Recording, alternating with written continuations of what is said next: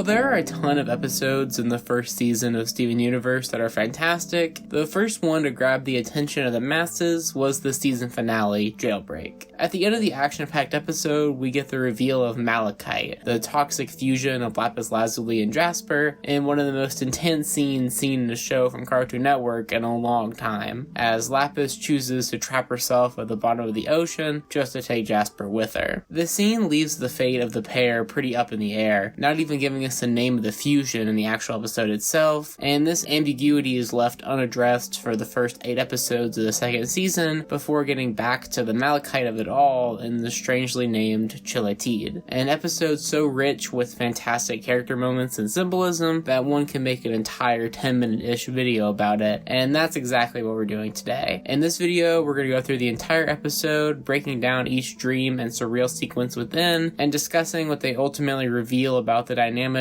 of both Malachite and the crystal gems. Sleep is a curse, and yet a curse I need to live.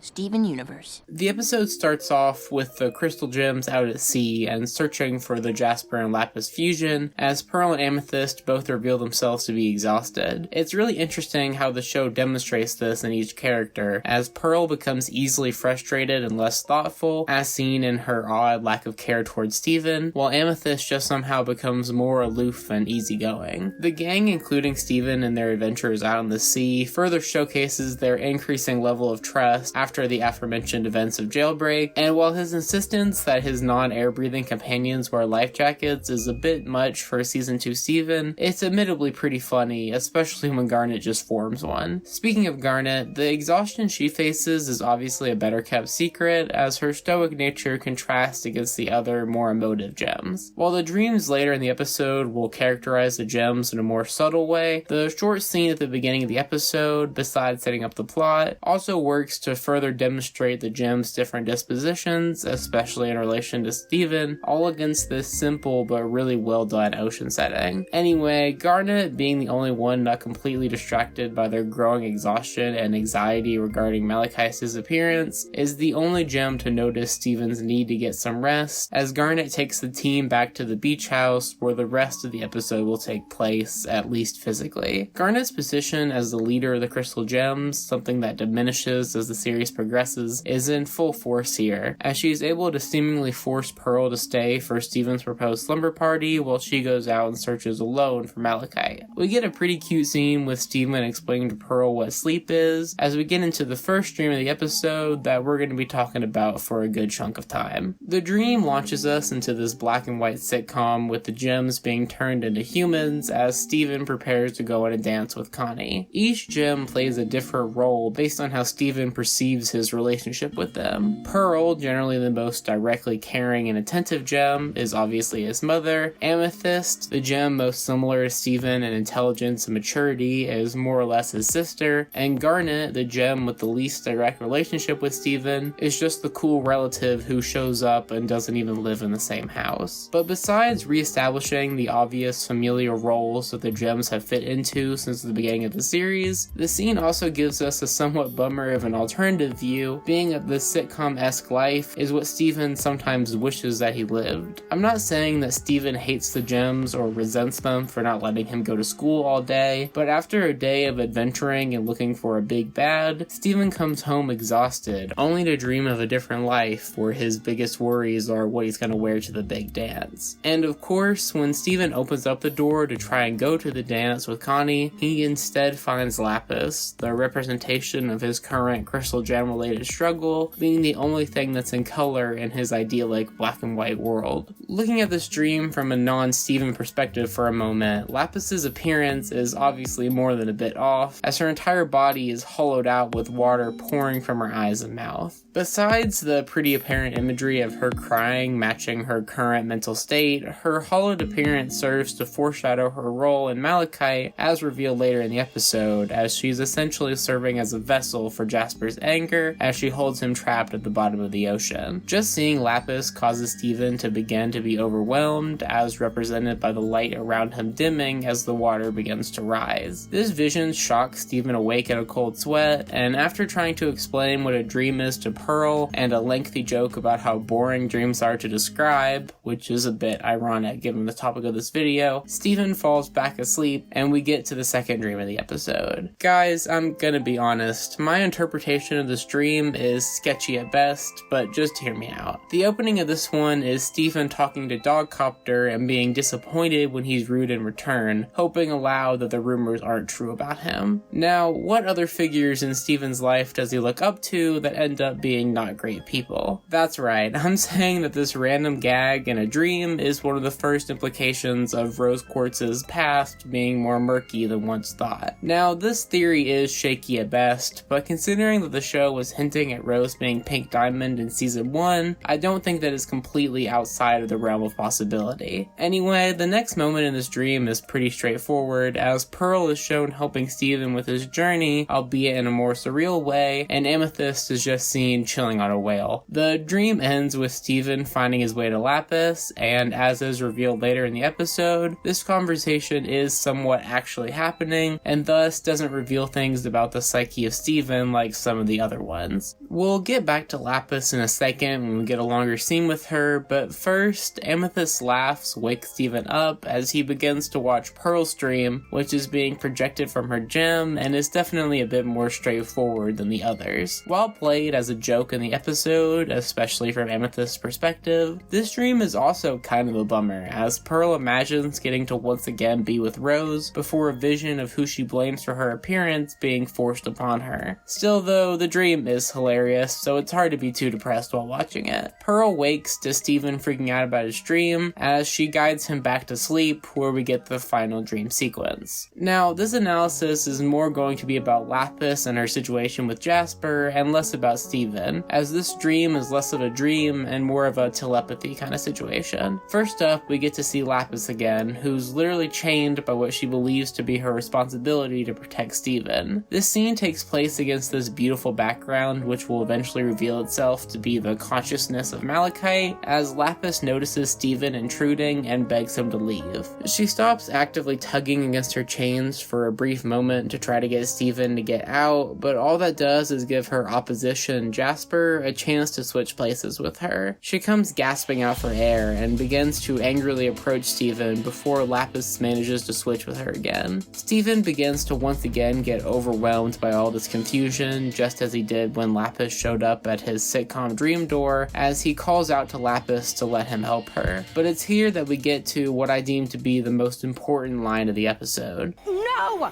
I'm not Lapis anymore. We're Malachite now. A large portion of Lapis Lazuli's arc throughout the series is focused on identity, as the hundreds of years that she spent locked in the mirror have warped any sense of the word. Just like nearly every gem, Lapis had imprinted on the diamonds and helping them carry out their goals, but after she was cracked and saved by Steven, it didn't just become her new purpose to help protect him, it became the new her. Everything we see Lapis do between Steven saving her and Chille is to try and protect him from almost certain death at the hands of the diamonds, and this line makes it clear that she doesn't really care about anything else, including herself. Malachite comes out after this line from Lapis, and the room begins to fill with water once again. We get this ridiculously cool shot of Steven floating past the enormous fusion as he jolts back to consciousness and relays the events of the dream to Pearl and Amethyst. Before discussion can break out, Garnet comes and calms the pretty freaked out Steven as she encourages her team to rest for now and deal with Malachite later. I'll show you how it's done.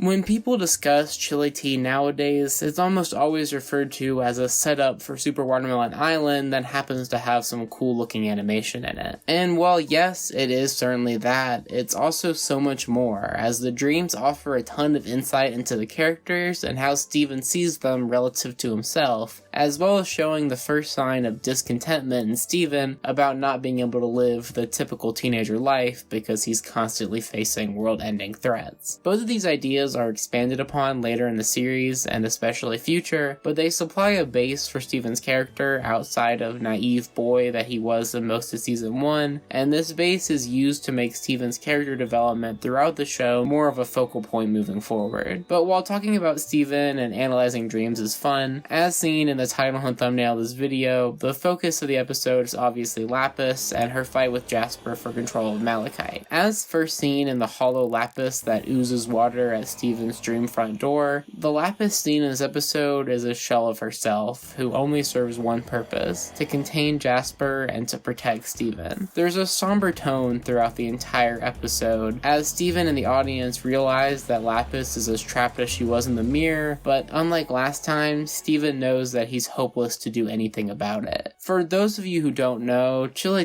translates to chilling time in Norwegian, and while this episode definitely isn't a chilling time, it certainly is chilling. Anyway, that's gonna be about it for me. If you want to see my terrible takes on animation that don't make it into videos, or just see what I'm working on next, you can check out my Twitter in the description. Either way, this has been AmpleSamuel, and I'll see you in about a week with a slightly less depressing video. Thanks for watching.